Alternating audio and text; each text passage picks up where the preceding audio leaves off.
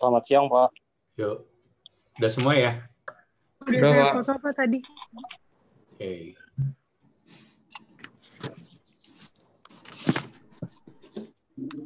Di screen muncul ya? Betul, Pak. Tunggu, Pak. Oke, kita mulai hari ini pertemuan pertama Hotel Basic Accounting dan Cost Control ya, betul ya? Ya, Pak. Iya, Iya, Pak. Jadi saya perkenalkan diri dulu, nama saya Dino Leonandri. Saat ini saya jadi GM di Grup Marriott International. Sebelumnya saya GM di beberapa hotel, di Swiss Bell, di Aston, Four Seasons, Park Lane, dan beberapa hotel di Indonesia ya. Jadi kamu beruntung, kamu dapat dosen yang orang praktisi ya. Jadi saya lama jadi direktur keuangan di beberapa hotel juga. Jadi saya minta nanti kelas ini aktif ya, kalau nggak ngerti ditanya ya, jangan diem aja, sayang gitu momentumnya. Kamu udah dapat dosen yang expert di bidangnya, kalau kamu nggak tanya sangat sayang ya. Oke, Pak. Oke, Pak. Ya. Oke, kita mulai. Mata kuliah ini memang sebenarnya sih banyak orang bilang ini bikin malas, susah, apalagi jam-jam kayak gini, jam 1 ngantuk gitu ya. Jadi kita coba, saya paling lama 1 jam, kita coba manfaatin ya, paling lama 1 jam ya. Ini Jovanka baru masuk. Oke, jadi dasar kita belajar akunting ya, baik di hotel maupun di industri apapun, dasarnya adalah nanti kamu akan dengar istilah namanya accrual basis ya. Jadi accrual basis itu adalah satu metode pencatatan penjualan, revenue atau income. Nah, itu tuh dicatatnya itu bukan waktu kita terima uang ya, kalau kita perusahaan toko kelontong gitu ya. Kalau toko kelontong sih kan penjualan diakui waktu uangnya diterima gitu ya. Tapi kalau perusahaan sudah besar atau seperti hotel atau yang lain, penjualan itu diakuinya waktu terjadi transaksi penjualan, bukan berdasarkan uang yang diterima ya. Itu namanya accrual makanya. Jadi dia akan dicatat pada saat terjadinya penjualan atau revenue. Nah, kalau di hotel itu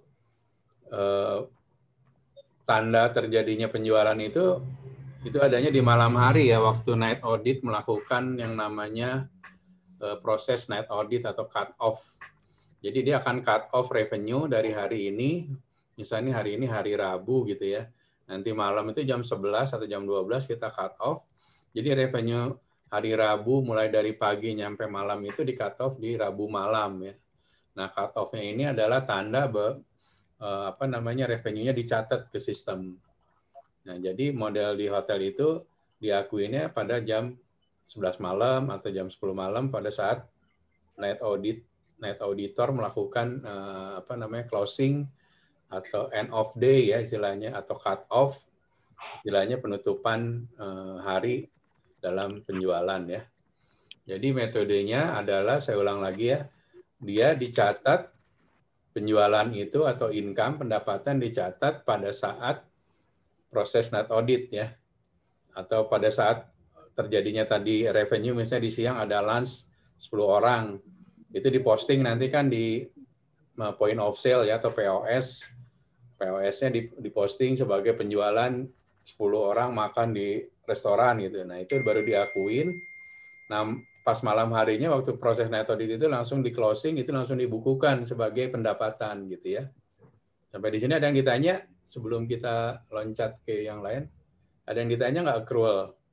Sistem accrual ini ada yang ditanya nggak? Jadi income itu atau pendapatan itu tidak diakui pada saat cash collection ya, bukan pada saat uang diterima. Tapi income diakuinya pada saat jasanya atau servisnya telah diberikan. Misalnya ada tamu makan, waktu terjadinya tamu itu konsumsi makan, terjadilah itu penjualannya. Walaupun mungkin tamunya bayarnya pakai kartu kredit ya. Kalau kartu kredit kan baru masuk ke hotelnya mungkin 3 hari ya. Dari hari ini orang makan bayar pakai kartu kredit. Jadi kartu kredit bayar ke hotelnya itu 3 hari kemudian. Nah, kalau menggunakan metode cash basis itu kalau uangnya dibayar baru diakuin penjualan. Nah, kalau sekarang kita bicara di hotel itu tidak ada lagi cash basis ya, namanya accrual ya. Diingat-ingat ya, nanti kalau ada istilah accrual yang saya terangin kayak ini ya. Nah, begitu juga dengan expenses atau biaya ya. Biaya itu dicatatnya juga bukan pada saat dibayar. Misalnya kita beli sayur atau beli sendal, slipper, beli minuman gitu, beverage gitu ya. Diakuinnya biayanya bukan pada saat kita membayar, tapi waktu terjadi PO, barangnya masuk, misalnya minumannya masuk, slippernya masuk, ke hotel diterima, itu udah diakuin sebagai biaya. Bukan pada saat dia bayar ya. Tapi waktu barang itu di-receive, itu udah diakuin sebagai biaya ya. Sampai sini ada yang ditanya? Paham? Ada yang ditanya? Sampai sini? Mudah? Gampang ya? Ya. Lanjut. Nah, di dalam akuntansi ini nanti ada bukunya, kemarin udah saya share ya tadi ya. Nanti Ya, Pak. latihannya juga ada latihan soalnya dari buku ya, biar memudahkan ya. Selanjutnya ada konsep dari akuntansi itu ya, atau accounting ya. Konsepnya ada beberapa. Di dalam proses akuntansi itu terjadi pencatatan transaksi ya, kayak tadi ada tamu yang stay, tamu yang makan, tamu yang ke swimming pool, mungkin kalau ada lapangan golf, tamunya pakai lapangan golf dan sebagainya. Nah, terjadi transaksi-transaksi ya, tadi transaksi lunch revenue, transaksi room revenue, transaksi misalnya golf revenue, atau transaksi laundry, dan yang lain-lain, minibar. Nah, itu semua transaksi itu kita catat di dalam proses akuntansi ya. Yang lain bisa di-unmute aja ya, biar suaranya nggak ini ya, bisa di-unmute ya yang lainnya. Nah, ini contohnya perusahaan ABC membeli kendaraan. Nah, kendaraan ini kita catat sebagai bisnis transaksi ya. Biasanya kalau kendaraan itu menjadi aset ya bagi perusahaan atau bagi hotel. Yang kedua contohnya Tuan A, pemilik ABC membeli mobil, tapi untuk keperluan pribadi ya, personal use. Bukan untuk keperluan hotel atau perusahaan, maka nanti nggak bisa dicatat di dalam perusahaannya, tapi dicatatnya di buku pribadi ya. Jadi kita harus bisa bedain nih nanti kalau dalam perusahaan ada pengeluaran pribadi pemilik atau owner dan pengeluaran dari perusahaan. Nah, sebaiknya pengeluaran dari owner jangan dicatat di perusahaan supaya ketahuan perusahaannya ini untung atau rugi benar-benar hasil dari operation gitu, bukan karena efek dari pemakaian dari owner atau pemilik ya. Di sini ada yang ditanya? Paham ya? Gampang ya. Nah, yang kedua konsep dari accounting itu ada time period. Jadi kalau laporan akuntansi itu kan ada laporan bulanan, ada laporan tahunan. Nah, jadi expense yang terjadi dalam bulan berjalan harus diposting atau dibiayakan di bulan berjalan ya. Nggak bisa, misalnya kamu beli persediaan barang ya, minuman, makanan, sebagainya di bulan Januari, tapi dibukukan di bulan Februari, itu nggak boleh. Makanya time period itu kapan kita belanjanya itu harus dibiayakan di bulan berjalan ya. Ya makanya istilahnya ada time period, ada time frame-nya gitu loh. Nah, akuntansi itu biasanya laporan akuntansi kan ada bulanan, ada tahunan ya. Kalau laporan tahunan bisa juga disebut dengan laporan fiskal ya. Jadi laporan 1 tahun gitu ya. Nah, kalau laporan dalam 1 tahun itu seperti tadi saya sampaikan, dalam 1 bulan nggak boleh loncat. Kalau expense-nya di bulan Januari ya diposting di bulan Januari. Nah, misalnya expense-nya di bulan Desember, jangan dicatat ke tahun depannya ya, karena periodenya sudah ditutup nanti 1 tahun ya. Oke, lanjut. Tadi aspek yang kedua tadi ada bisnis transaksi, aspek keduanya adalah time period ya. Nah, aspek ketiga adalah matching principle. Nah, matching principle itu maksudnya gini, yang tadi saya bilang kalau pendapatan di bulan Januari, kamu catat di bulan Januari. Tapi kalau pendapatan itu terjadi di bulan Februari juga dicatat di bulan Februari. Nah, misalnya untuk jual makanan nih ya, kita jual makanan kan ya, cost-nya atau biayanya dicatat di bulan Januari, maka revenue-nya dicatat di bulan Januari. Nah, maksudnya matching itu antara cost dan expense dan pendapatan itu matching dalam periode yang sama ya. Harus sama gitu. Nah, itu namanya matching principle ya. Jadi kudu sama time frame-nya. Jadi ada biaya, ada penjualan, ada biaya ya. Sampai di sini ada yang ditanya? Paham? Saya akan coba dengan bahasa yang semudah mungkin ya, dan saya akan juga nanti tidak semua aspek akuntingnya diajarkan karena belum tentu digunakan di industrinya. Jadi saya akan benar-benar yang diajarkan yang nanti memang dipakai di industri, jadi biar kamunya nggak terlalu kebanyakan materinya ya. Kita lanjut. Secara umum, elemen dari accounting, 3 major elemen dari accounting adalah, yang pertama adalah aset. Ada yang tahu nggak aset apa? Dilala tahu nggak apa? Dilala apa? Aset tahu nggak apa? Ada yang tahu aset itu apa? Panji? Barang yang dimiliki perusahaan ya Pak? Ya, betul. Jadi setiap barang yang dimiliki perusahaan itu disebut aset. Tapi nanti kita akan sebut ada aset tetap, ada aset tidak tetap, dan sebagainya. Kalau liability apa? Joseph, liability apa? Mungkin itu ya Pak, kekuatan atau reliable gitu di perusahaannya. Misalnya dia ambil pabrik atau barang dari mana, jadi dia ada supplier yang reliable gitu. Oh, ini liability bukan reliability, salah. Liability itu utang. Jadi ada perusahaan itu ada aset, ada utang. Iya. Kalau reliable itu lebih ke nanti purna jual ya. Terus equity, Jovanka apa equity? Equity apa? Pernah dengar nggak istilah equity apa? Belum pernah, Pak. Ada yang dengar? Marcelin tahu equity apa? Equity pendapatan atau enggak kayak cash yang kita masukkan ke dalam aset, Pak. Ya, betul. Jadi equity itu modal ya. Jadi kalau kamu bikin kafe, bikin perusahaan, kan nanti ada modal kamu ya. Modalnya dari tanah, terus bangunannya, itu modal itu maksudnya ke equity. Tapi kamu bisa pinjam uang ke bank, maksudnya ke liability, ke hutang. Nah, dari itu kan jadinya aset ya, ada kafenya, ada alat-alatnya. Jadi sisi kanannya, sisi kirinya aset, dibiayai oleh modal sendiri dan bank dan hutang gitu ya. Jadi hotel atau restoran jadi aset, ada gedung, ada tanah, dibiayai oleh modal kita sendiri plus pinjaman ke bank atau hutang, liability ya. Paham ya? Iya, Pak. Oke. Nah, ini contoh dari neraca atau balance sheet yang tadi saya bilang. Tadi yang bilang aset Brian ya. Jadi aset itu equity ya tadi kata kamu ya. Oke. Jadi di dalam aset itu nanti ada aset lancar dan aset tidak lancar. Yang lancar itu maksudnya kalau perusahaan itu dijual itu bisa langsung jadi duit gitu, jadi uang, jadi cair gitu, cash. Jadi current aset cepat. Itu adalah uang kas ya. Jadi kan kalau kita bikin restoran atau bikin hotel kan ada uang kas ya. Nah, uang kas itu disebutnya cash kalau di perusahaan itu. Cash itu bisa house bank.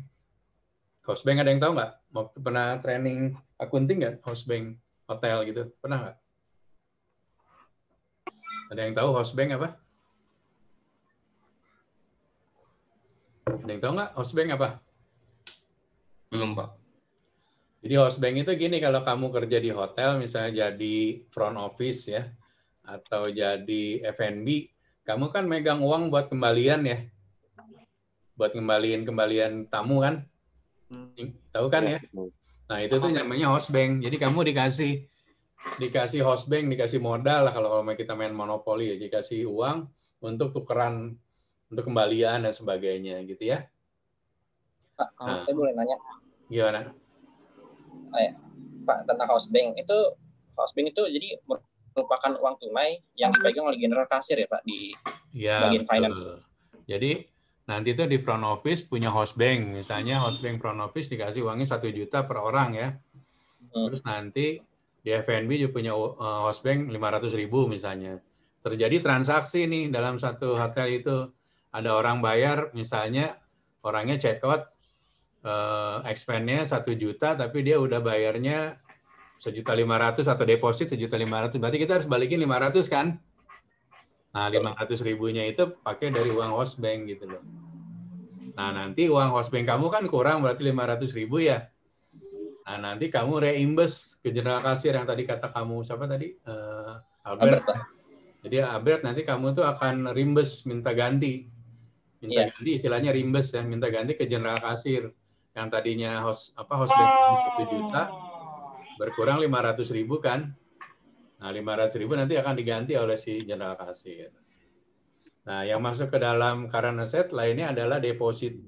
Jadi tamu kan kalau kita stay di hotel kan pasti diminta deposit dulu ya. Misalnya kita mesti 1 malam pasti kan dimintain depositnya seharga 1 malam atau mungkin 2 malam ya.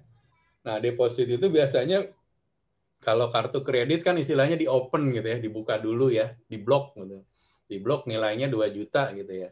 Dengan catatan waktu nanti kamu check out, 2 juta itu akan dijadikan payment gitu kan ya.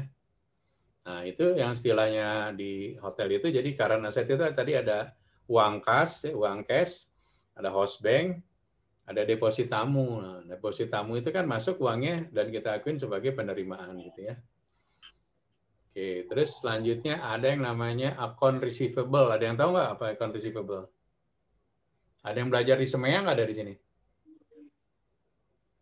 Ada yang di SEMEA atau belajar akunting sebelumnya?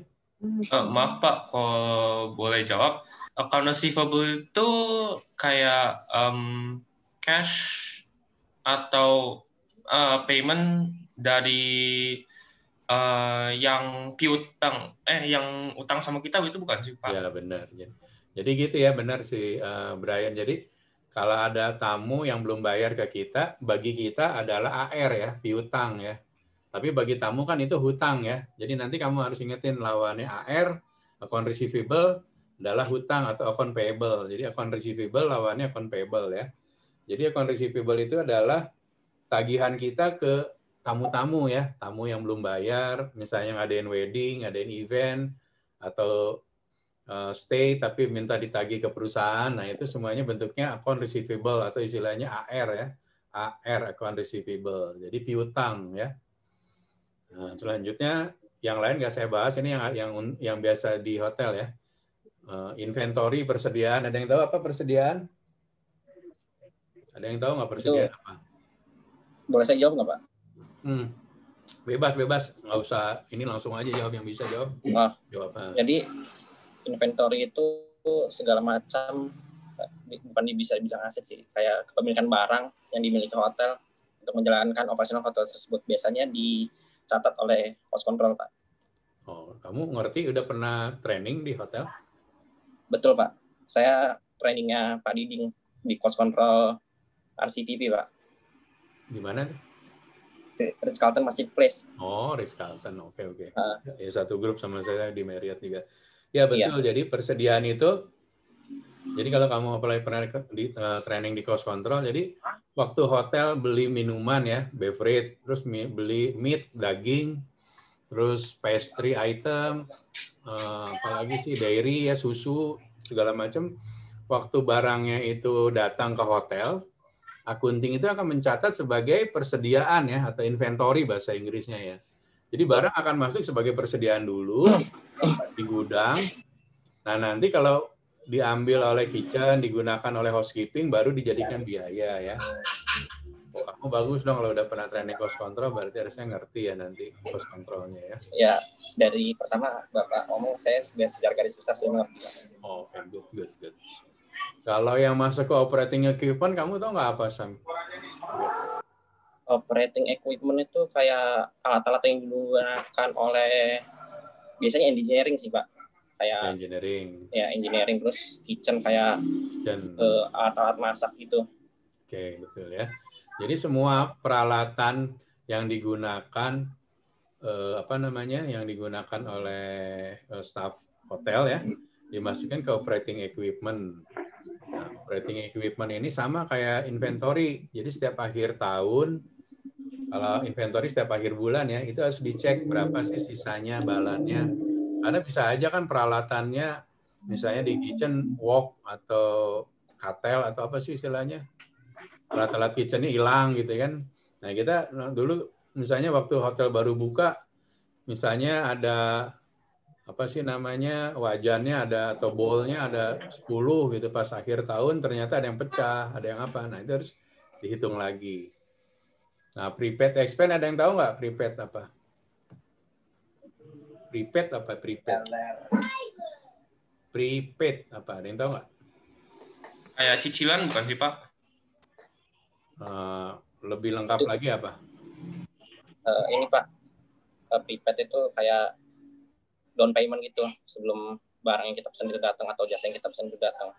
Prepaid expense begitu menurut saya Pak. Lebih lengkap lagi apa coba? Jadi prepaid itu gitu, misalnya kita membayar sesuatu yang nilai manfaatnya tidak dalam 1 bulan. Tadi kan saya bilang ya, kalau kita itu di ini harus bulan yang sama, antara biaya sama pendapatan harus dicatat dalam bulan yang sama, benar ya? Nah kalau prepaid ini dia punya manfaatnya yang lebih dari 1 bulan. Misalnya kamu bayar asuransi nih hotel, asuransi kebakaran gitu ya. Asuransinya itu untuk periode Januari sampai Desember. Nah kamu kan nggak mungkin langsung dibiayain di Januari dong, benar nggak? Karena manfaatnya ini kan setahun. Jadi nggak bisa dibiayakan di bulan 1 bulan, karena kalau bulan 1 bulan akan besar di bulan Januari, karena ini manfaatnya setahun. Jadi kalau prepaid itu jadi biaya yang dibayar di muka, biaya bayar asuransi ya, saya bayar asuransi di muka 100 juta untuk tahun 2021 misalnya, atau 2020. Nah jadi saya akan simpan dulu di prepaid. Nah setiap bulan saya cicil yang tadi kamu bilang tadi, saya cicil, saya kurangin. Jadi biaya untuk Januari, Februari, Maret, April, sampai Desember habis tuh prepaidnya. Nah itulah istilahnya prepaid ya. Yang di dalam prepaid itu apa aja? Coba ada yang tahu nggak yang masuk kelompok prepaid apa aja selain asuransi? Ada yang tahu nggak? Properti yang dibeli untuk company gitu Pak?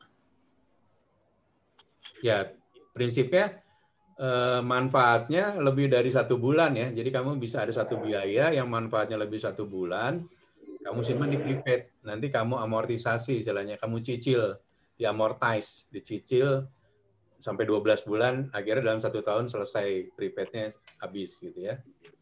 Nah, jadi kamu ingat-ingat ya, tadi prepaid itu ya, biaya yang dibayar di muka, biasanya contohnya asuransi, bisa juga misalnya kita beli uniform, seragam buat karyawan. Seragam itu kan buat umurnya mungkin bisa setahun ya, seragam buat karyawan ya. Jadi nggak bisa dibiayain hanya untuk 1 bulan doang. Dibiayainnya untuk 12 bulan, jadi kita cicil 1 bulan, 2 bulan, 3 bulan. Ya. Nah, di sini ada yang ditanya, baru neraca bagian aset nih, ada yang ditanya nggak? Maaf Pak, saya mau nanya, kalau yang tadi prepaid, kalau misalnya nih beli equipment tapi belum fully paid gitu Pak, belum fully Baru dibayar, DP, ya. itu termasuk prepaid juga atau bagaimana itu Pak? Bisa, kamu simpan dulu nanti di prepaid, nanti baru DP 1 kan, baru DP pertama gitu ya. Ya. Nanti bulan depan DP lagi, tapi barangnya belum datang ya. Oh, jadi barangnya belum datang, jadi tetap di sana sampai semuanya lunas baru datang gitu ya Pak? Bisa 2, kamu simpan di prepaid dulu sampai barang itu datang, atau misalnya prepaid baru DP-nya baru 50% tapi barangnya udah datang nih ya. Iya. Nah, di situ berarti kamu udah melakukan sebagian diakuin di prepaid, sebagian kamu lakukan amortisasi. Karena udah dipakai kan, bulan berjalan itu kamu udah berjalan kan. Benar nggak? Iya. Barangnya udah datang. Biayanya tapi belum dibayar semua. Jadi semuanya dimasukin ke akun prepaid namanya. Tinggal nanti kamu amortisasi istilahnya. Kamu bagi-bagiin berapa bulan misalnya. Salah satu lagi Pak, itu termasuk utang sama liabilities dong berarti? Atau Ya. beda sendiri? Ya itu artinya nanti kan lawannya, ini prepaid mungkin debitnya, lawannya bisa hutang bisa banknya kamu yang berkurang atau hutang bertambah gitu. Atau memang uang cash kamu bayarnya, tergantung itu lawannya nanti di kreditnya.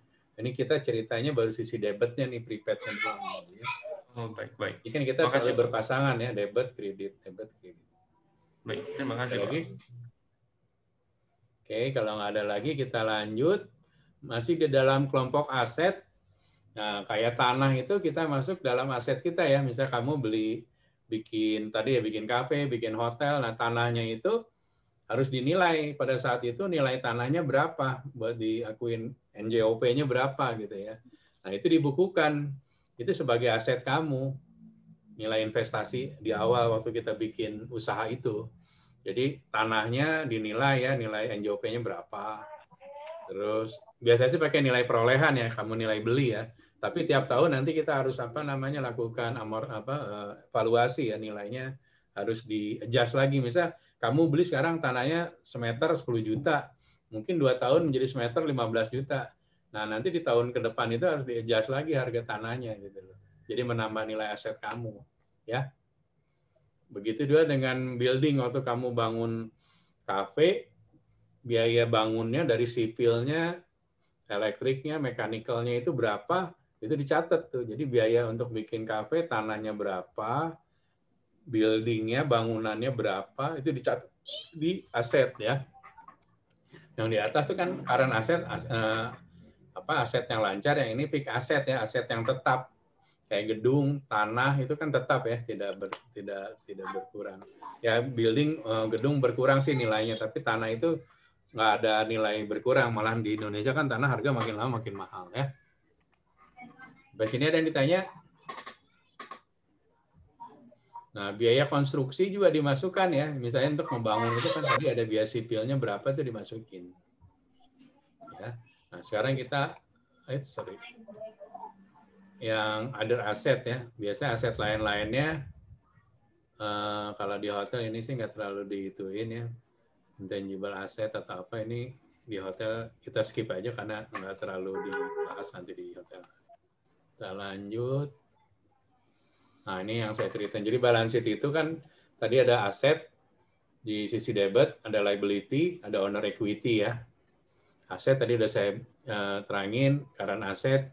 Tadi ada uang cash, host bank, dan sebagainya ya. Terus receivable, investasi, fixed asset, dan sebagainya tadi udah dibahas ya. Nah, ini hutang, liability. Waktu kamu bangun perusahaan, bangun kafe, atau bangun hotel, kamu kan bisa pinjam ke bank ya. Nah, pinjam ke bank itu kan biasanya ada berapa lama sih kamu harus bayar cicilannya gitu ya. Nah, misalnya pinjaman ke bank itu 20 tahun. Nah, nanti kalau 20 tahun kan jangka panjang, kamu masukin ke long term liability ya. Jadi ini sifatnya yang pinjaman jangka panjang yang lebih dari 1 tahun, kamu masukin ke sini. Tapi kalau pinjamannya hanya cuma 1 tahun, kamu masukin aja ke liability biasa ya. Bisa ke AP atau ke current liability ya. Kalau AP trade apa nih? Ada yang tahu nggak? AP apa? Tadi lawannya AR apa itu, Pak? AP ada yang tahu nggak? Account payable apa? Account payable. Account payable tuh kita bayar utang ke orang yang kita utang itu, Pak. Ya, betul. Jadi selama ini kan kalau kita beli sayuran, beli minuman gitu ya, untuk persediaan di hotel kan bayarnya ngutang ya. Bayarnya 1 bulan. Nah, waktu terjadinya barang masuk itu kita akuin sebagai hutang. Jadi kita beli hari ini misalnya Coca-Cola 10 krat harganya 1 juta. Jadi belinya inventory beverage 1 juta, debitnya ya, kreditnya AP hutang 1 juta. Nah, 1 juta ini nanti tiap bulan akan dicek nih di aging-nya, namanya istilahnya umur hutang kita berapa lama, dari mulai kita berhutang sampai dibayar itu berapa hari. Jadi collection-nya atau payment-nya berapa hari. Yang bagus ya semakin cepat semakin bagus, berarti perusahaannya lancar ya, itunya apa, cash flow-nya ya.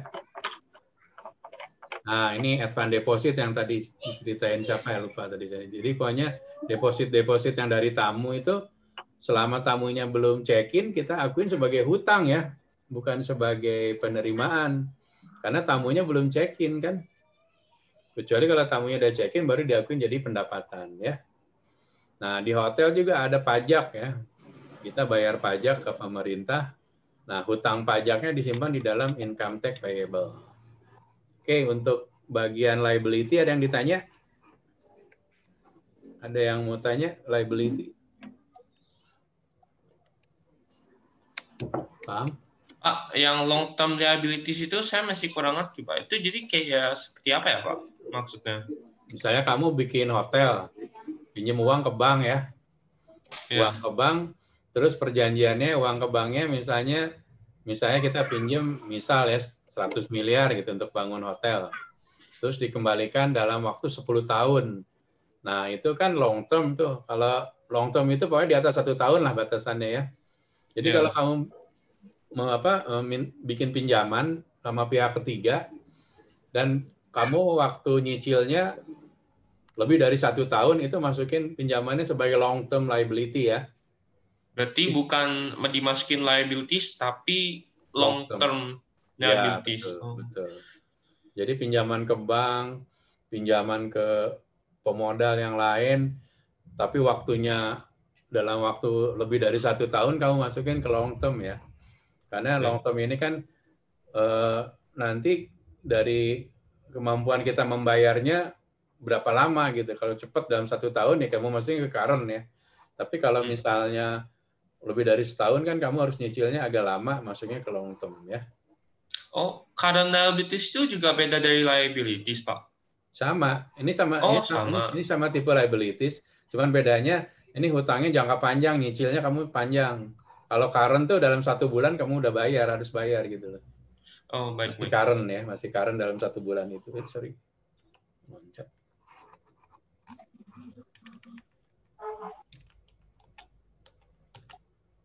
Ya, current. Oke, yang selanjutnya adalah equity ya, tadi modal ya. Modal orang kan bisa macam-macam ya, ada bisa modalnya uang, modalnya tanah, atau modalnya bangunan. Nah, masing-masing itu harus dihitung dengan uang. Misalnya kamu modalnya tanah doang, terus si Brian modalnya bangunannya gitu. Nah, nanti dihitung waktu kita menghitung modal, misalnya si Brian bangunannya 300 meter. Nilai bangunan misalnya 1 meternya 3 juta lah misalnya. Berarti 300 meter dikali 3 juta, itu nilai modal kamu, Brian. Nah, nanti misalnya si Albert modalnya tanah. Tanahnya misalnya 100 meter. 1 meternya misalnya harganya 10 juta. Berarti 10 juta kali 100 meter misalnya ya. Nah, itu modalnya si Albert. Nah, nanti itu di dalam bukunya akan ditulis modalnya Brian gedung berapa, modalnya Albert tanah berapa. Itu nanti digunakan sebagai waktu pembagian saham, waktu perusahaannya untung, kan kita waktu kita bagi keuntungan itu berdasarkan dari nilai saham ya. Jadi kamu sahamnya misalnya tadi bangunan dinilai rupiahnya menjadi misalnya ya 10 miliar gitu. 10 miliar dibagi dengan hilang.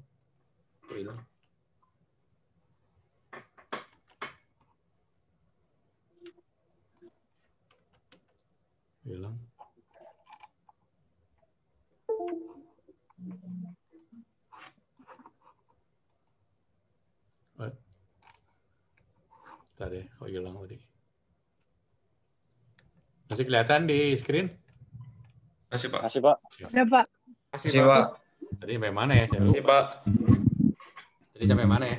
Oh ya, waktu Equity. pembagian saham. Sampai Modal. owners equity, Pak.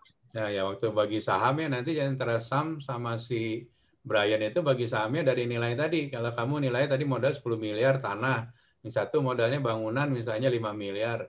Nah, misalnya per lembar sahamnya misal gitu ya, per lembar sahamnya kamu dapatnya 100 lembar, ini 50 lembar gitu. Nah, nanti waktu terjadi keuntungan di akhir tahun dibaginya berdasarkan komposisi sahamnya kamu. Jadi kamu sahamnya lebih banyak 100 dibanding yang tadi 50 gitu ya. Di ujungnya nanti pas waktu hotel atau perusahaannya itu untung pembagian sahamnya ya. Jadi modal itu nanti pengaruhnya ke saham ya. Oke, ada yang ditanya sampai sini sampai equity? Nggak ada yang ditanya sampai equity?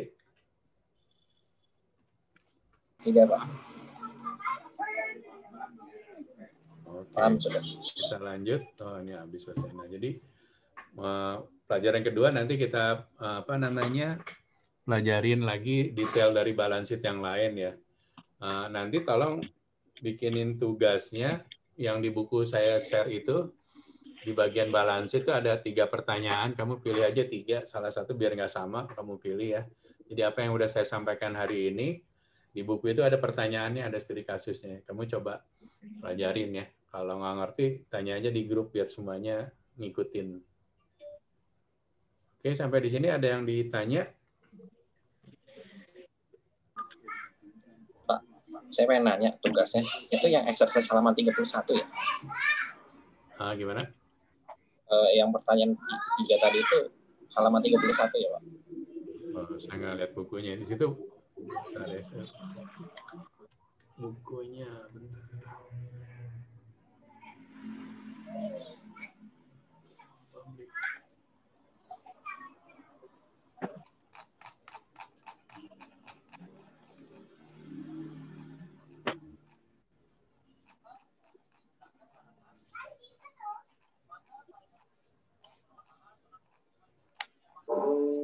Ya, betul.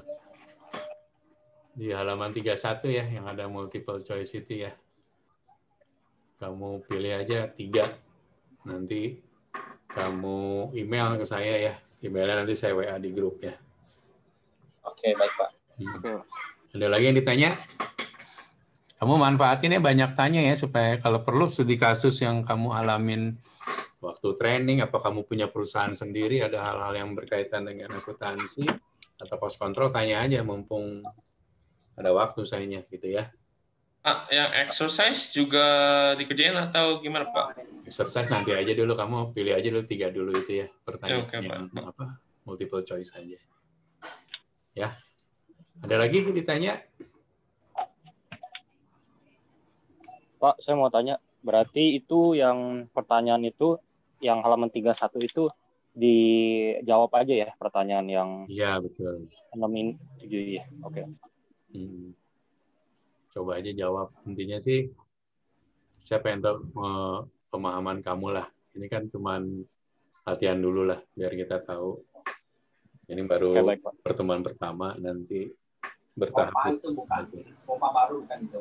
Oke, ada lagi yang ditanya? Pompa apa itu? Ada lagi yang ditanya? Kalau nggak ada, tadi udah difoto ya? Udah saya foto Pak tadi. Nanti di share screen ya, di Lala ya. Oke Pak. Nanti ya di WA aja. Oke, terima kasih. Nanti ketemu lagi Rabu depan ya, jam 1 ya. Baik Pak. Ya Pak, baik. Yuk. Oke, Pak. Baik, Pak. Thank you Pak. Terima kasih, Thank you, Pak. Ya, terima kasih Pak. Terima kasih, Pak. Yuk, bye.